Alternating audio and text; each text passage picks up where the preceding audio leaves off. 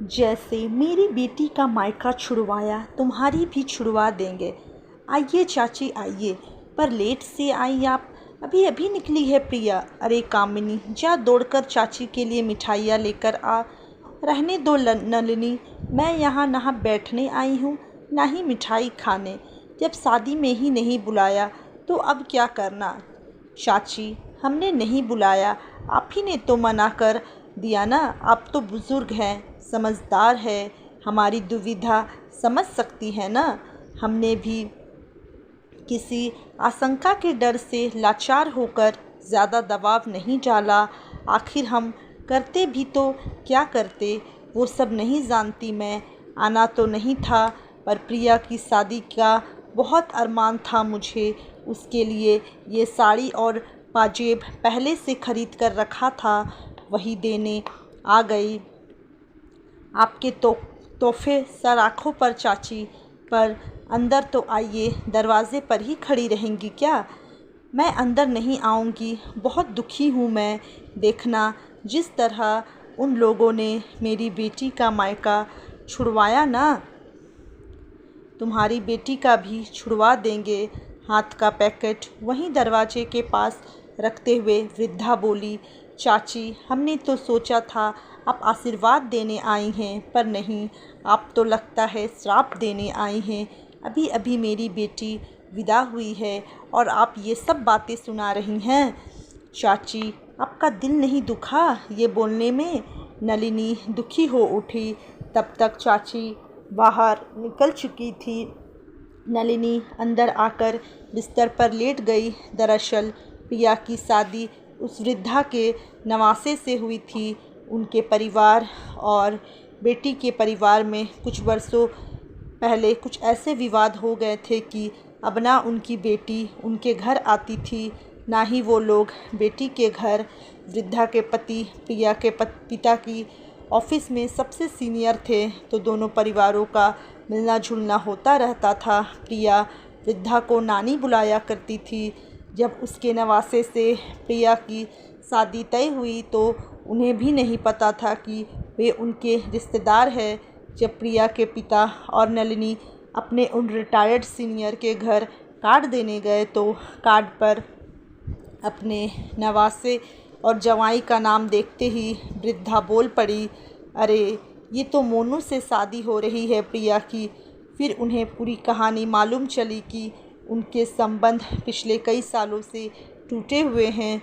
खुद उस वृद्धा ने कहा, हम लोग तो शादी में नहीं आएंगे, क्या पता माहौल ना खराब हो जाए। विदाई से पहले आकर प्रिया को आशीर्वाद दे देंगे। किसी अनहोनी के भय से डरकर नलेडी और सर्विस ने भी ज़्यादा आग्रह नहीं किया। शादी का दूसरा ही दिन था जब प्रिया विदा हुई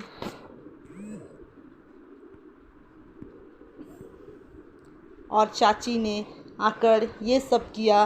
विदाई के समय का अफसोस कि चाची प्रिया से नहीं मिल पाई खुशी में बदल गया। चाची का ये अनदेखा भयावह रूप देखकर घटना तो बीत गई, पर ननिली के मन में घूम फिर कर वही बात आती रहती। चाची की तो फिर भी 3 बेटियां हैं, प्रिया तो उसकी इकलौती बेटी है। वो छूट गई तो कैसे जिएंगे वो और सर्वेश जी। पगफेरों की रस्म के लिए आई प्रिया बहुत खुश नज़र आ रही थी। दामाद आशीष भी काफ़ी हंसमुख थे और नलिनी और सर्वेश से बिल्कुल बेटों की तरह हंस बोल रहे थे, मजाक कर रहे थे। प्रियांशु और उसके दोस्तों के साथ क्रिकेट खेल रहे थे। घरेलू मदद करने वाली कामिनी को भी दीदी दीदी कर रहे थे। ये सब देखकर अंदर से घबराए नलिनी और सर्वेश जी, जो को काफ़ी सुकून मिल रहा था। पर प्रिया की नज़रों से माँ की मायूसी छुपी नहीं थी।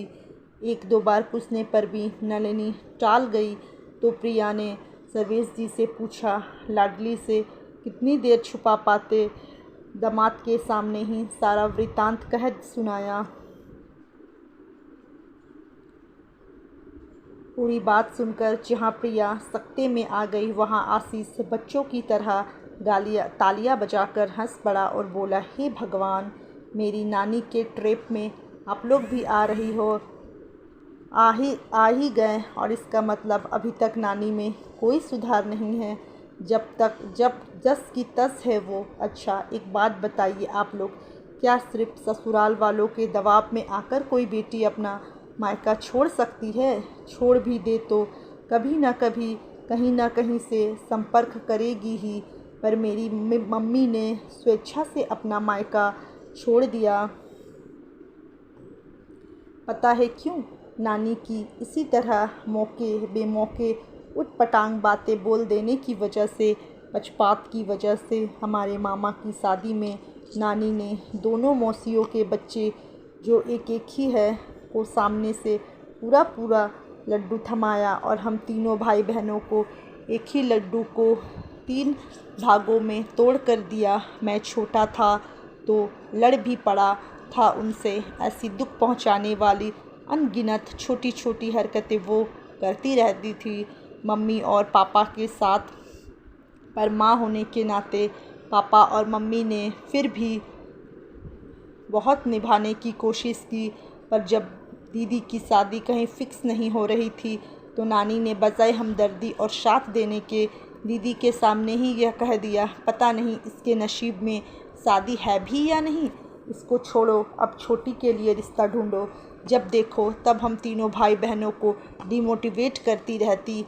मैं इंजीनियरिंग प्रतियोगिता परीक्षा की तैयारी करता था तो मुझे 10 उदाहरण बता देती कि जो पढ़ने में भी अच्छे थे, तैयारी भी बहुत करी पर सफल ना हुए। कभी सफल होने वाले की चर्चा नहीं करती। उनकी इस नकारात्मक सोच और विचारधारा को देखते हुए मम्मी पापा ने खुद तक तो बर्दाश्त कर लिया, पर जब बात बच्चों पर आई तो उन्होंने दूरी बढ़ानी शुरू कर दी और धीरे धीरे अलग ही हो गए। पर बेटे, दादियाँ ऐसी होती है, हमने सुना था। पर नानी भी? नलिनी ने हैरानी से पूछा। हमने भोगा है मम्मी जी। आपको पता है, चाणक्य ने भी अपने नीतियों में बताया है कि माँ बाप का सदा सम्मान करना चाहिए, पर अगर वो दुष्ट या स्वार्थी हो जाए तो उन्हें छोड़ देना चाहिए। जैसे हमारे शरीर का कोई अंग खराब हो जाए तो हम उसे निकाल देते हैं ना, उसी तरह संबंध बचाने की बहुत कोशिशें के बाद भी मेरी नानी ने मम्मी पापा को मजबूर कर दिया। तो क्या करते? आखिर उन्होंने आपके साथ भी वही किया, तो आप लोग समझ सकते हैं ऐसी बातों से कितना दिल दुखता है।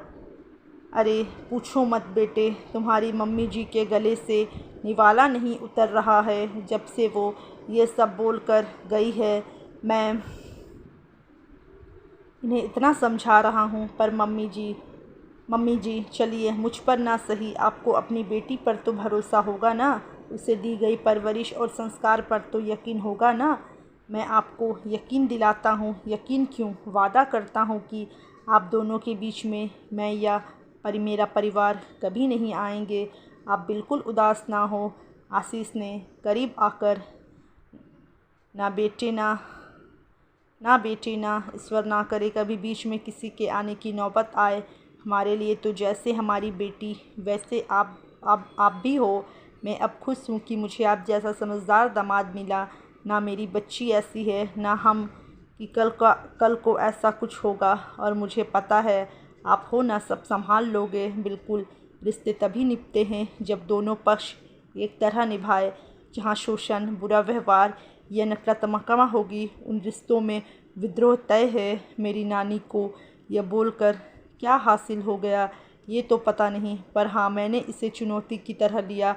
आपकी बेटी और आपके बीच के संबंध अब मेरी जिम्मेदारी है।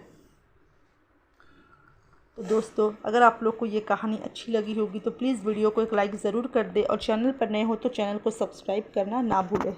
धन्यवाद।